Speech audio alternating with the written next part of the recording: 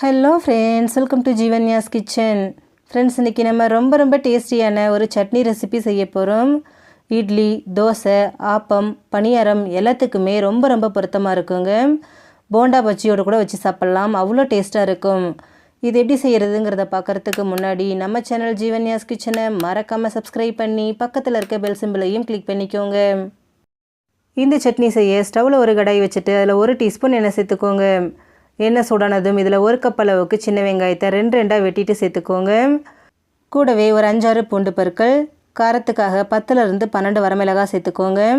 இது கொஞ்சம் காரமாக இருந்தால் சட்னி நல்லா டேஸ்ட்டாக இருக்கும், அதனால் உங்கள் காரத்துக்கு தகுந்த மாதிரி சேர்த்துக்கோங்க.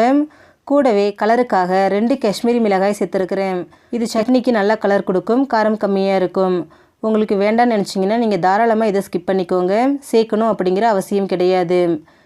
கூடவே 1 டீஸ்பூன் அளவுக்கு உப்பு சேர்த்துக்கோங்க. சேர்த்துட்டு ஸ்டவ்வை மிதமான தீயிலேயே வச்சுட்டு மிளகாய் நல்லா செவந்து வெங்காயம் கண்ணாடி பதம் வர அளவுக்கு இதை வதக்கி விடுங்க.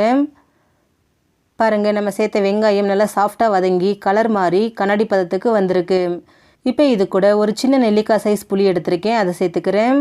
கூடவே மீடியம் சைஸில் 2 தக்காளியை கட் பண்ணி சேர்த்துக்கிறேன். இது மெஷரிங் கப்பில் 1 கப் அளவுக்கு இருக்குது. சேர்த்துட்டு அந்த தக்காளியோட பச்சை வாசனை முழுமையாக போயிட்டு நல்லா சாஃப்டாகிற அளவுக்கு இதை வதக்கி விடுங்க.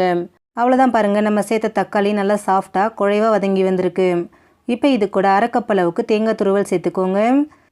தேங்காய் சேர்த்ததுக்கப்புறமா இதை ரொம்ப நேரத்துக்கு வதக்க வேண்டாம் ஃப்ரெண்ட்ஸ். ஸ்டவ்வை லோ ஃப்ளேமில் வச்சுட்டு 1 நிமிஷத்துக்கு மட்டும் இதை நல்லா இந்த மாதிரி கலந்து கொடுங்க. எல்லாமே நல்லா ஒன்று சேர்ந்து வந்ததும் ஸ்டவ் ஆஃப் பண்ணிவிட்டு இதை அப்படியே வைங்க, நல்லா ஆறட்டும். கொஞ்சம் கூட சூடு இல்லாமல் முழுமையாக ஆறுனதுக்கப்புறமா இதை அப்படியே ஒரு மிக்சர் ஜாரில் சேர்த்துக்கோங்க. சேர்த்துட்டு ஃபஸ்ட்டு இதை நல்லா அரைச்சி எடுத்துக்கோங்க. அரைச்சி எடுத்ததுக்கப்புறமா இதில் 1 கையளவுக்கு மல்லி இலை சேர்த்துக்கோங்க. சேர்த்துட்டு இதை திரும்பவும் நல்லா அரைச்சிக்கோங்க. அரைச்ச சட்னியை அப்படியே ஒரு பாத்திரத்துக்கு மாற்றிக்கோங்க.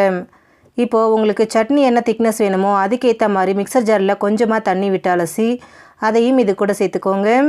சேர்த்துட்டு இதை நல்லா கலந்து விடுங்க. இந்த சட்னி ரொம்ப தண்ணியாட்டம் இல்லாமல் கொஞ்சம் திக்காக இருக்கிற மாதிரியே வச்சுக்கோங்க, அப்போ தான் நல்லா டேஸ்ட்டாக இருக்கும். இப்போது சட்னி தாளிக்க தாளிப்பு கரண்டியில் 2 டீஸ்பூன் எண்ணெயை சூடு பண்ணியிருக்கேன். இதில் 1 டீஸ்பூன் கடுகு, கொஞ்சமாக கருவேப்பிலை, ஒரு 3 வரமிளகாய் சேர்த்துட்டு இதை நல்லா பொரிய விடுங்க. கடுகு கருவேப்பிலை எல்லாமே நல்லா பொரிஞ்சு வந்ததும் இதை அப்படியே சட்னியோடு சேர்த்துருங்க. அவ்வளோதான் ஃப்ரெண்ட்ஸ், நமக்கு ரொம்ப டேஸ்டியாக வெங்காயம் தக்காளி சட்னி ரெடி ஆகிடுச்சு.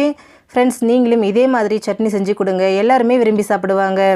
ஃப்ரெண்ட்ஸ், இந்த வீடியோ உங்களுக்கு பிடிச்சிருந்தா லைக் பண்ணுங்கள், ஷேர் பண்ணுங்கள், கமெண்ட் பண்ணுங்கள். ஜீவன்யாஸ் கிச்சனை மறக்காமல் சப்ஸ்கிரைப் பண்ணி பக்கத்தில் இருக்க பெல் சிம்பிளையும் கிளிக் பண்ணிக்கோங்க. அப்போ தான் நான் போடுற வீடியோஸோட நோட்டிஃபிகேஷன்ஸ் உடனுக்குடனே உங்களுக்கு வரும். தேங்க்யூ.